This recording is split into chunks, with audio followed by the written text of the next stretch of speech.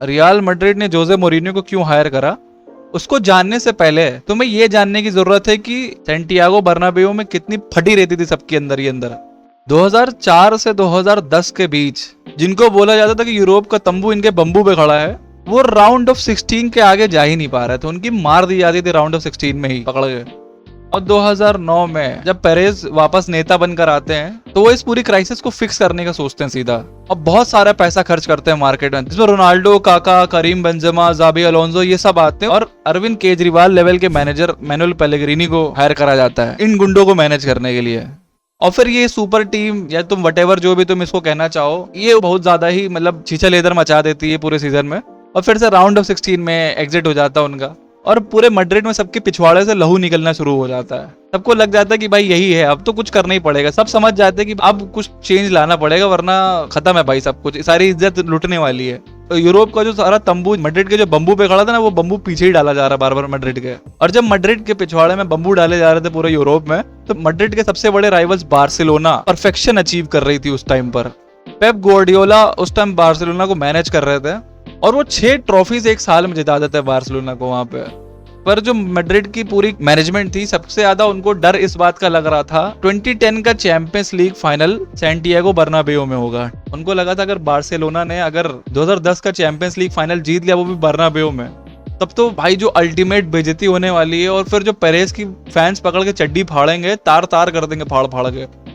और फिर आते हैं जोसे मोरिन्यो 2010 में, सबको पता है वो आते ही सीधा साइकोलॉजिकल वॉरफेयर शुरू कर देते हैं बार्सिलोना के साथ, क्योंकि उनकी पुरानी एक राइवलरी रहती है 2-3 साल पहले शुरू होती है। जो वो कहते हैं कि बार्सिलोना का फाइनल में जाना कोई ड्रीम वगैरह नहीं, वो एक ऑब्सेशन है। क्योंकि बार्सिलोना और रियल मैड्रिड की राइवलरी है, तो सीधी सी बात है अगर बार्सिलोना जाके वहां पे लिफ्ट कर लेगा ट्रॉफी तो बहुत बड़ी बेइज्जती हो जाएगी मैड्रिड की। तो सबको लग रहा था जोसे मोरिन्यो का ये वर्ड सुन के कि ये रियल मैड्रिड के मैनेजर की तरह बात कर रहा है बिल्कुल। और जब सेकेंड लेग कंप्लीट होता है, इसमें इंटर 10 मैन के साथ भी वो मैच किसी तरह बचा ले जाती है, तो सबको पता है कि मोरिन्यो ने कैसे सेलिब्रेट करा था पूरे स्टेडियम में जाके। और फिर पोस्ट मैच में मोरिन्यो आके बोलते हैं कि मैं अपने करियर का एंड बारसा को बिना कोच करे करूंगा। तो उस स्टेटमेंट ने वो सारे जो ब्रिज थे बारसा और जोसे मोरिन्यो के बीच में, वो एकदम जला के राख कर दिए थे, एकदम तबाह कर दिए थे। और एकदम विलन की तरह जोसे मोरिन्यो निकलते हैं वहां पे बारसा के लिए, जैसे बोलते हैं ना परफेक्ट विलन। जैसे एवेंजर्स में थैनोस था परफेक्ट विलन, वैसे ही यहाँ पे जोसे मोरिन्यो निकल कर आते हैं बार्सिलोना के लिए। और फिर कुछ दिनों बाद मोरिन्यो इंटर के साथ ट्रेबल अचीव करते हैं बर्नाब्यू में। और उस नाइट मोरिन्यो कभी इंटर के साथ वापस गए नहीं इटली सेलिब्रेट करने पूरा चैंपियंस लीग। और रियल मैड्रिड मैनुअल पेलेग्रिनी को सैक कर देती है कि हट वे भाग इधर से, नहीं चाहिए भाई तू, क्योंकि रियल मैड्रिड की तो आदत है भाई, उनको बेस्ट ऑफ द बेस्ट चाहिए। और वो मोरिन्यो को रिलीज क्लॉज पे करते हैं। उनको पता है कि गार्डियोला गंजे को रोकने के लिए यही एक पागल आदमी है जो रोक सकता है, परफेक्ट आदमी है भाई। और पेरेज का स्टेटमेंट भी आता है कि हमें इस टीम पे भरोसा है, हमारे पास बेस्ट मैनेजर है इन द वर्ल्ड। और वहां पे स्टेज पूरा सेट था एक बहुत ही खतरनाक बैटल के लिए।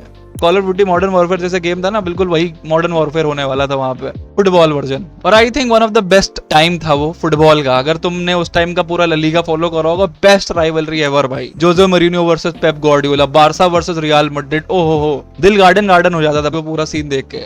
और फिर नवंबर आता है, तो वहां पे जोसे मोरिन्यो का पहला क्लासिको आता है, और पूरी दुनिया एक तरह से उस टाइम जो फुटबॉल फैंस थे सारे देख रहे होते उस मैच को काफी क्लोजली। सबको लग रहा होता बहुत ही खतरनाक टैक्टिकल मास्टर क्लास दिखने वाला है इस मैच में, लेकिन जो होता है उस मैच में वो कुछ अलग ही तरह की चीजें दिखा देता है। बार्सिलोना मैड्रिड को 5-0 से पेलती है कैंप नौ में, और जिसके बाद मोरिन्यो कहते हैं कि मेरे करियर का सबसे खराब डिफीट है आज तक का ये। और उस मैच के बाद जो होता है एक तरह से दिखा दिया था कि किस तरह क्या बवाल होने वाला है पूरे टेन्योर में इसके।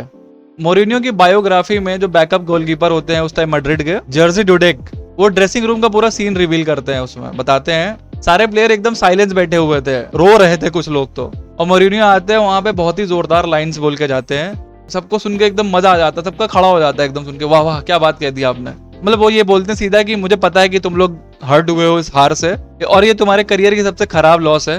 कल तुम सबकी छुट्टी है, जाओ घूमो अपनी फैमिलीज के साथ, मजे करो, एंजॉय करो, अब हिलाना है हिलाओ, जाओ पड़ोसियों के घर की घंटियां बजा के भागो, तुम्हें जो करना है करो, लेकिन ये जो दिमाग में तुम एक दर्द लेके घूम रहे हो इसको निकाल दो, भूल जाओ। लोग जिसको देख के समझे कि अरे वाह ये तो बड़ी जल्दी मूव ऑन कर गया यार इस हार से। तुम्हें दिखाना पड़ेगा पूरी दुनिया को तुम्हारे पास बॉल्स ऑफ स्टील है, और इस हार के बाद हमें टाइटल के लिए लड़ाई करनी पड़ेगी। और जो पूरा टेन्योर था, जो पूरा बवाल चल रहा होता, तो ये यहाँ पे सीड प्लांट हो जाता है कि आगे क्या क्या होने वाला है।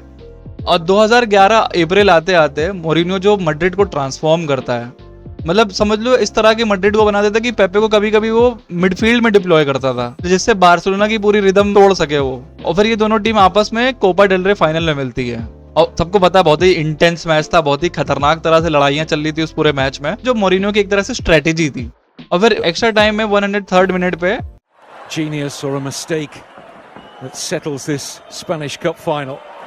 Di Maria, good ball from Marcelo. That great cross header, goal! Cristiano Ronaldo, a magnificent header. Real Madrid with a breakthrough. और रियल मैड्रिड वो मैच 1-0 से जीत जाता है वहां पे। और 1993 के बाद पहला कोपा डेल रे जीतता है वहां पे रियल मैड्रिड, मतलब इतने सालों के बाद वो कोपा डेल रे जीत रहे हैं।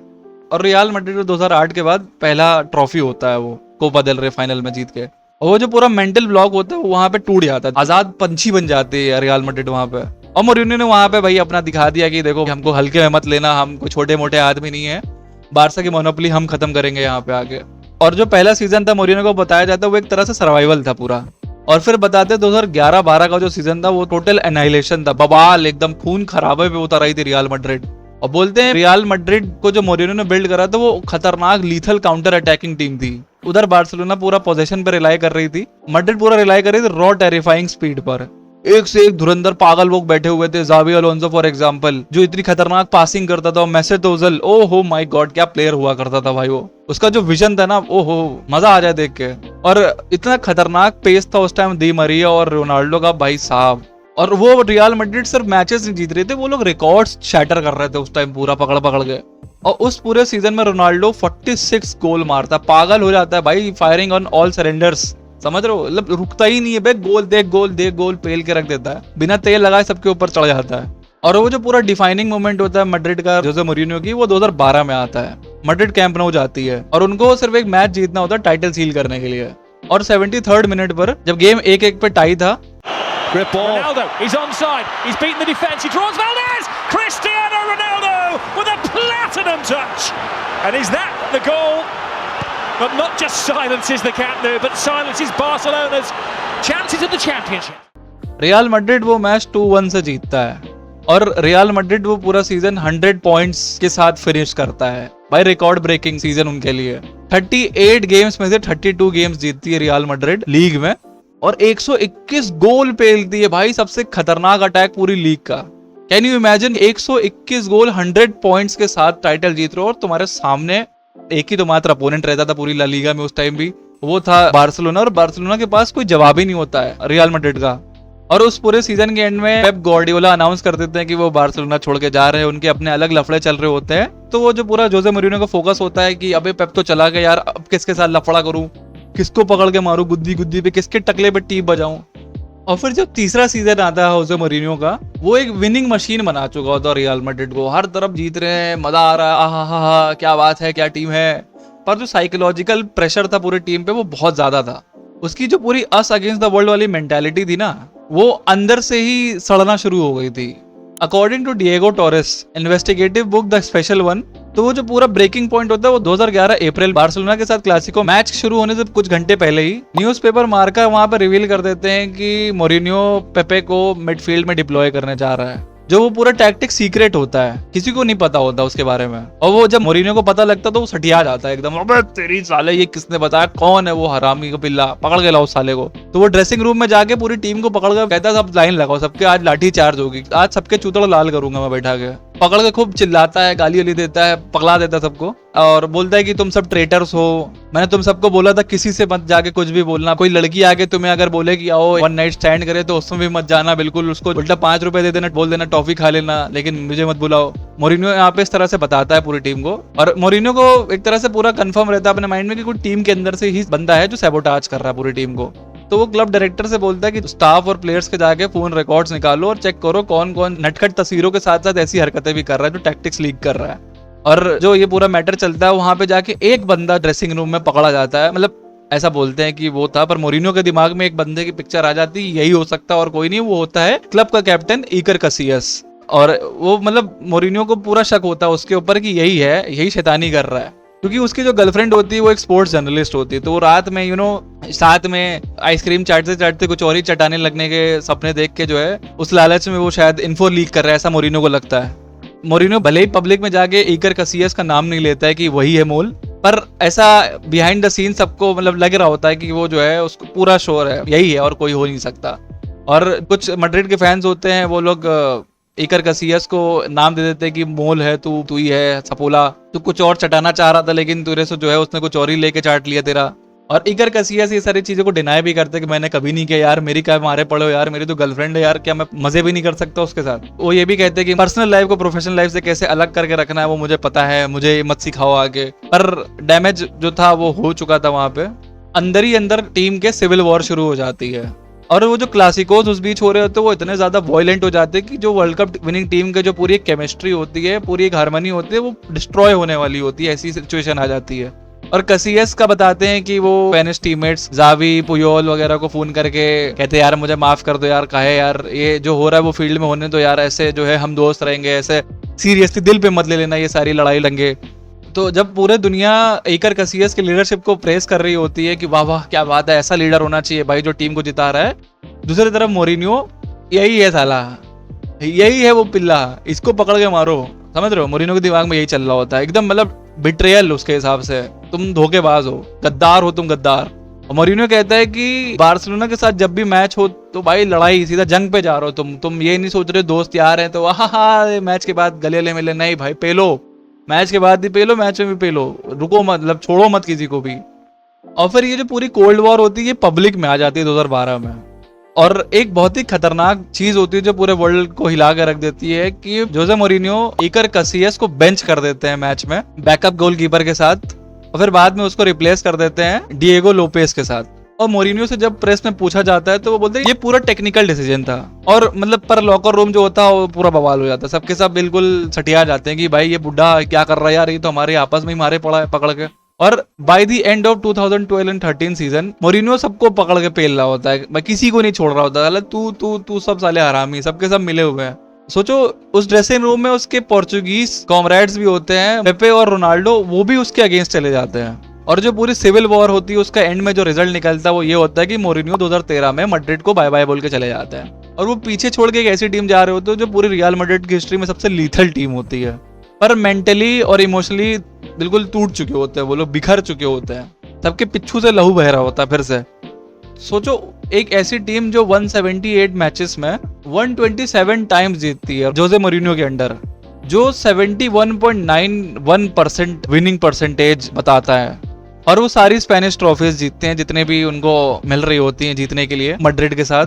और ये कहा जाता है कि उस टाइम जो बार्सिलोना टीम होती है उनके सामने फेस टू फेस चैलेंज करने के लिए सिर्फ एक मोरिनियो ही होता है जो ऐसे टीम बनाकर जाता है, और वही केपेबल टीम बताते हैं होती है जो उस टाइम बार्सिलोना की 4 साल की जो पूरी मोनोपोली होती है उसमें चैलेंज करती है उनको। और मोरिनियो का जो बताते हैं कि मेन कंट्रीब्यूशन सिर्फ ट्रॉफीज नहीं थी, वो तो साइकोलॉजिकली टीम को कितना ज्यादा मजबूत बनाना। ठीक है, उसके आने से पहले राउंड ऑफ 16 में हर टीम आके यूरोप का तंबू का बम्बू रियल मैड्रिड के पीछे दिए पड़े थे, 6 साल में वो एक भी क्वार्टर फाइनल नहीं पहुंच पाते हैं उस बीच। और मोरिनियो जब आता है तो क्लब को पूरे जो उनका डार्केस्ट टाइम पीरियड होता है यूरोप में, वहां से ड्रैग करके लगातार 3 सेमीफाइनल खिलाता चैंपियंस लीग का, और उनको एक तरह से दिखाता है कि नहीं भाई तुम्हें अगर सेमीफाइनल फाइनल जाना है ना तो तुम्हें स्ट्रांग बनना पड़ेगा, तुम ऐसे लुल्लू ढुल्लू बन के नहीं जा सकते। और वो सब प्लेयर्स को ऐसा बिलीव करा था कि तुम सब एकदम खतरनाक प्लेयर हो, तुम लोग कोई छोटे मोटे प्लेयर नहीं हो जो बस छोटी मोटी मैच जीत के सेलिब्रेट करो, नहीं, तुम लोग को सीधा यूरोप में जाके दिखाना हर टीम को कि हम है रियल मैड्रिड, कोई भी तुम्हारे पीछे बिना थूक लगाए नहीं चढ़ सकता, उल्टा तुम्हें उनके पीछे जाके चढ़ना है, ऐसा उनको बना देता है। मोरिनियो का टेन्योर होता है एक तरह से, सब लोग डर्टी बोलते थे उस टाइम पे, पूरा बहुत बोलते थे पागल जैसी टीम है, लेकिन वो डर्टी वर्क मोरिनियो ने करा जिसके बाद रियल मैड्रिड पे आगे जो भी आगे मैनेजर्स आ रहे हैं वो डायनेस्टी बना सके। वो पूरे ड्रेसिंग रूम का जो कल्चर होता है, वो जो गैलेक्टिकोस वाली फीलिंग, हम सब सुपरस्टार हैं ये वो तुम्हें, उसको वहां से निकाल के रूथलेस कंपिटिटर्स बना देता है कि तुम गैलेक्टिकोस को छोड़ दो, डाल दो, फ्लैश कर दो टॉयलेट में, तुम जा रहे हो फील्ड पे पेलने सबको, तुमको जीतना है, यूरोप में जाके डोमिनेट करना है। वो ऐसे खतरनाक साइनिंग करता है, अनहेल दी मारिया, लूका मॉड्रिच, राफाएल वरान, वो रोनाल्डो को अल्टीमेट गोल मशीन बना देता है रीशेप करके। और उसके बाद जो मैड्रिड का जो 4 चैंपियंस लीग है टोटल 2014 से लेके 2018 तक। तो वो जो पूरा यूरोप का जो तंबू होता है और जिस बम्बू पे वो खड़ा होता है तंबू, उसके नीचे का जो पूरा फाउंडेशन होता है वो जोसे मोरिन्यो पूरा सेट करके जाता है, ठीक है। जिसके बाद रियल मैड्रिड ने ऐसा खतरनाक करिश्मा करके दिखाया था जो कोई नहीं कर पाया अभी तक पूरे वर्ल्ड में। और जब मोरिन्यो जाता है रियल मैड्रिड छोड़ के तो वो डिस्क्राइब करते हैं ये worst season of my career था। एग्जिट बहुत ही ज्यादा टॉक्सिक था, बहुत एग्जॉस्टिंग था और कियोटिक था। और जब सारे ये घाव वाव भर गए 2019 के आसपास, तो मोरिन्यो से पूछा गया कि उसका स्पेन में टाइम कैसा बीता था, तो उसने बिट्रेल वगैरह, मीडिया वॉर्स और वो मोल वगैरह के बारे में कुछ भी बात नहीं की। उसकी जगह उसने बोला रियल मैड्रिड का जो पूरा एक्सपीरियंस था वो मेरी लाइफ का बेस्ट एक्सपीरियंस था, मैंने बहुत कुछ सीखा वहां पे एज अ कोच, वो मेरे करियर की बेस्ट मेमोरी है, बहुत मजेदार थी वो। तो स्पेशल वन वहां पर आते हैं, पेप की बार्सिलोना को ओपन चैलेंज करते हैं, लड़ाई झगड़े करते हैं, लोगों के आंखों में उंगली डाल के भागे जा रहे हैं, कान नोच के भागे चले जा रहे हैं, लड़ाई दंगे कर रहे हैं आपसी में लौंडों के साथ। लेकिन वो एक ऐसी टीम छोड़ के जाता है जो पूरा वर्ल्ड कॉन्कर करती है फ्यूचर में जाके। तो ये था गाइस जोसे मोरिन्यो का पहला टेन्योर रियल मैड्रिड के साथ। आई होप तुम लोग को मजा आया हो जानकर। बहुत सारे लोग ने तो देखा भी होगा, बहुत सारे लोग जो नए फुटबॉल फैंस उनको नहीं पता होगा, तो भाई ये तुम्हारे लिए एकदम बेस्ट वीडियो है जानने के लिए। अगर तुम मैड्रिड फैन हो तो जोसे मोरिन्यो किस तरह का आदमी है, क्या करना चाहता है, कैसा है वो, ये तुम लोग देख के समझ चुके हो। ये मत सोचना कि वो सेकंड टेन्योर में भी आगे ऐसे ही कुछ करेगा, लेकिन होगा कुछ बवाल, क्योंकि वो जोसे मोरिन्यो है, वो कहीं पे भी जाके बवाल कर सकता है। भले ही उसने पिछले कुछ टाइम से कुछ बड़ा अचीव ना किया हो, उसके पास वो ईगो नहीं है जो लास्ट टाइम जब वो आया था चैंपियंस लीग जीत के, बट हाँ कुछ बड़ा होने वाला। लाठी चार्ज तो देखने को मिल सकती है अगर पेरेज ने ढंग से बैक करा इस बार उसको, और बहुत सारा जो ड्रेसिंग रूम इशू है, ईगोज इशू है, वो सॉल्व करके जाएगा, पक्का जाएगा। देखना उसको लाया ही इसीलिए गया है ताकि आगे जाके भी वो डायनेस्टी बिल्ड कर सके रियल मैड्रिड में। जाने से पहले मैं यही बोलूंगा, तुम लोग को जो भी टॉपिक लगे अच्छा बनाने के लिए मुझे बता दिया करो कमेंट सेक्शन में, अगर यहाँ तक वीडियो देख ली है तो। और एंजॉय करा तो लाइक बटन जरूर दबाना, सब्सक्राइब बटन दबाना बिल्कुल मत भूलना, और बेल आइकन पे जाके ऑल कर देना ताकि तुम्हें हर वीडियो का नोटिफिकेशन मिल जाए। मैं पूरी कोशिश करता हूँ कि हर हफ्ते एक वीडियो डाल सकूँ तुम लोग के लिए, ताकि तुम लोग भी एंजॉय कर सको, मुझे भी बनाने में मजा आता है। और हमारे गेमिंग चैनल है, सब्सक्राइब कर देना सॉल्टी बॉयज करके। इंस्टाग्राम भी फॉलो कर लेना, saltyboys_YT सर्च कर लेना और फॉलो कर लेना, ठीक है। अब मिलते हैं अगली वीडियो में, टिल देन बाय बाय।